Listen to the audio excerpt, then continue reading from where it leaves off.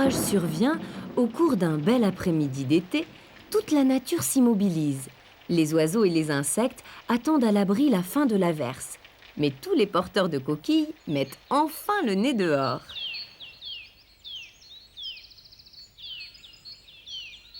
Quel rêve! Nous allons pouvoir faire connaissance avec les escargots. Je ne t'apprendrai rien en te disant qu'ils habitent tous dans une coquille aux couleurs variées et aux formes diverses. Tu connais bien celui-là, on le trouve partout. Mais d'autres sont plus originaux et ils habitent ailleurs.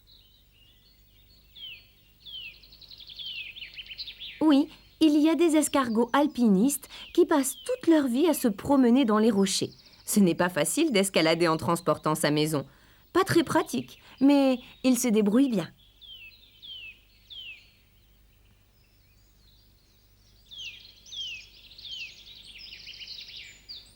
Et celui-ci, je suis sûre que tu ne l'as pas rencontré très souvent.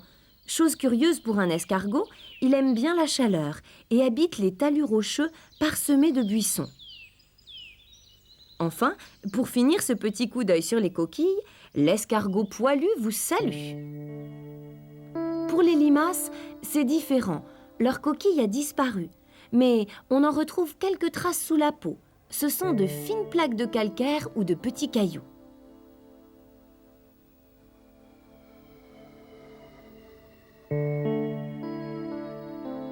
Malgré leur lourde coquille, les escargots aiment le sport. D'accord, on ne peut pas dire qu'ils soient encore prêts pour les Jeux Olympiques, mais tout de même, ils sont capables de quelques acrobaties.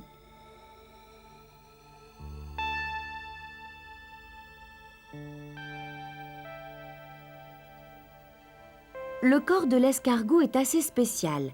C'est juste une grosse masse de muscles qui contient tous les organes vitaux. La tête est surmontée de cornes souples. Au repos, tout cela entre dans la coquille. En revanche, l'escargot étale son pied lorsqu'il part au triple galop pour une direction que lui seul connaît d'ailleurs. Comment ça marche? Ou plutôt, comment ça glisse pour lui? Il suffit de le poser délicatement sur une plaque de verre pour apercevoir les contractions du muscle qui vont d'arrière en avant. Ces mouvements répétés le font glisser sur une mince couche de liquide gluant qu'il fabrique au fur et à mesure qu'il avance. Notre ami de tout à l'heure a une autre technique. Regarde, son pied semble divisé en deux parties qui avancent l'une après l'autre.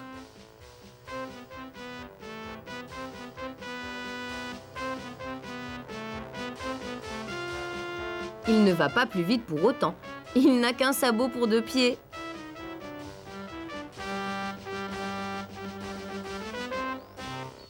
Parlons maintenant des cornes des escargots. Ils en ont 4, 2 petites placées près de leur bouche et 2 grandes, très longues, au-dessus de la tête. Au sommet, on voit un minuscule point qui est en fait l'œil de l'escargot.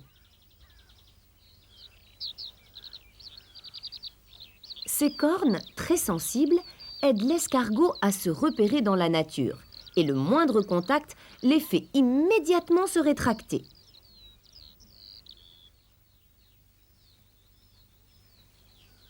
Les escargots ont une façon originale de se reproduire, pour faire des bébés. Ils ont pour la plupart l'étonnante possibilité d'être à la fois mâles et femelles. Mais il y a plus étonnant encore. Les escargots fabriquent dans leur corps une petite pointe qu'ils vont se planter les uns les autres dans le corps au moment de l'accouplement. Étrange manie, non? Mais s'ils ne font pas ça, il n'y aura pas de bébé escargot plus tard.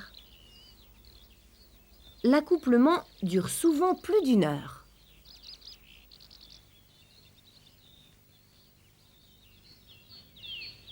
Quand ils se séparent, l'escargot qui a joué le rôle de la femelle peut se mettre à pondre. Les gros escargots de Bourgogne, comme beaucoup d'autres, enterrent leurs œufs dans la terre humide.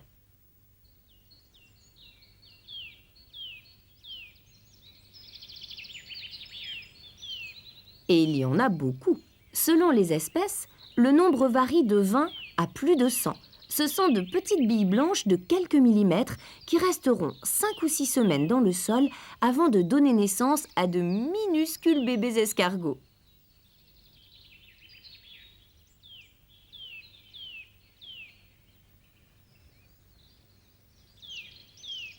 Dès leur éclosion, les petits ressemblent à leurs parents. On dirait des miniatures.